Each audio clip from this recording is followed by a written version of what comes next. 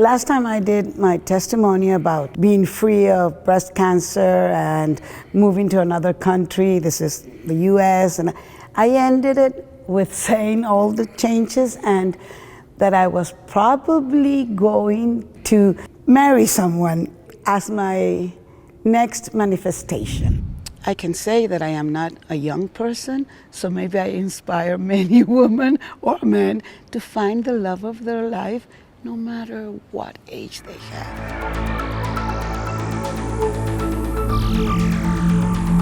A year ago, that was that testimony. A few days after, this gentleman that I knew and we were friends invited me to Florida to spend his birthday with him.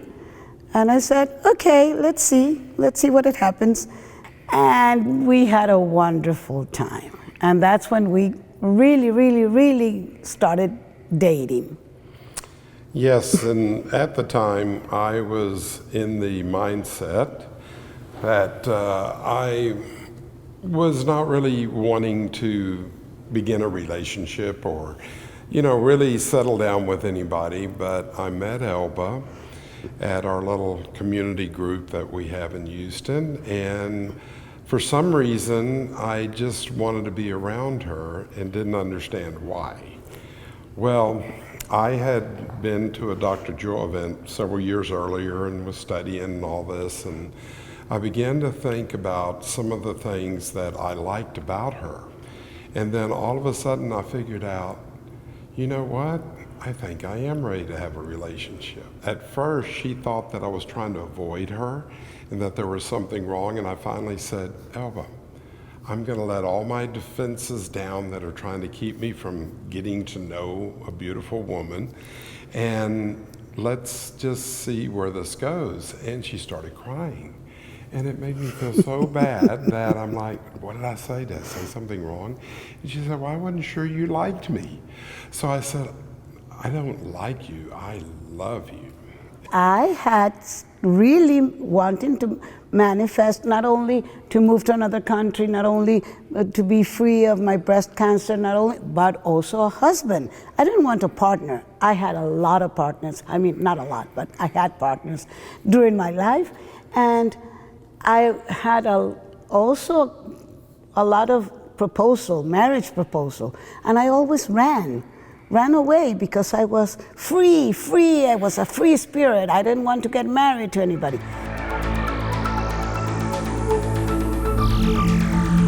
One day I was meditating and I realized that I was not free because I was not free to love someone.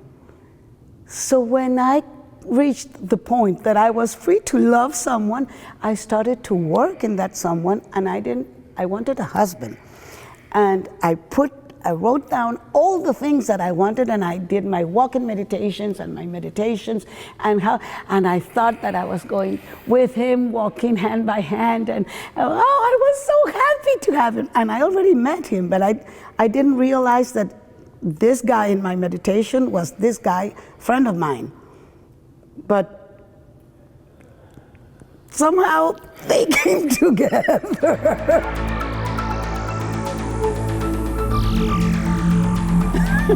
And then she told me that I was 90% of her checklist. And I said, checklist? You mean you've been planning this? And she says, well, Dr. Joe said we were going to have a new life, and this is part of my new life and my new experience.